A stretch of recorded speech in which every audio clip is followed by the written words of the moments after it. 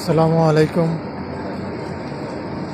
একটা জিনিস চিন্তা করলাম আজকে, যে ইউনূস সমন্বয়কের সাথে থেকে বাংলাদেশকে ধ্বংস করার জন্য 5ই আগস্টের আগে থেকে তাদের সাথে একাগ্রতা পোষণ করে দেশের মধ্যে নৈরাজ্যকতা সৃষ্টি করছে, এবং এই নৈরাজ্যকতা সৃষ্টি করাতে 3000-এর উপর পুলিশ মারা গেল, সাধারণ জনগণ মারা গেল।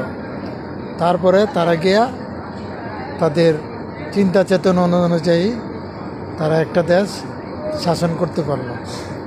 তো এই শাসন করার পিছনে কত মানুষের জীবন চলে গেল।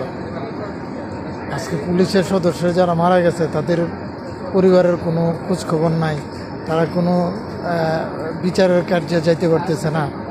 অথচ বিশেষ ট্রাইব্যুনাল গঠন করে মিথ্যা বানোয়াট কিছু মামলার রায় দেওয়ার জন্য তারা ছুটাছুটি করতেছে, যেটা আমাদের জন্য অত্যন্ত দুঃখজনক। কিন্তু এই ডক্টর ইউনূস, আমার ভয় হয়, আমি একজন সামরিক সদস্য হিসেবে আমার ভয় হয় যে ইউনূস তাদের স্বার্থসিদ্ধির জন্য, ইউনূস এবং এই সমন্বয়ক যারা আছে তাতে স্বার্থসিদ্ধির জন্য তারা পুলিশের মতো আমাদের সামরিক বাহিনী সদস্যদের সাথেও তারা এরকম করে কিনা সেটা একটু আপনাদের ভাবা উচিত। কারণ হলো সামরিক বাহিনী আমাদের অহংকার, কারণ তারা এই দেশের জন্য জীবন দিছে, জান দিছে। আজকে ইউনূস হিরো হয়ে যায়। ইউনূস তো এই দেশের জন্য একটা টাকার দান করে নাই কোথাও। ইউনূস তো দেশের কোনো কিছুর মধ্যেই নেই। অথচ এই দেশের জন্য যারা যুদ্ধ করছে, জীবন দিছে, তারা আজকে কারাগারে নির্যাতিত, নিষ্পেষিত।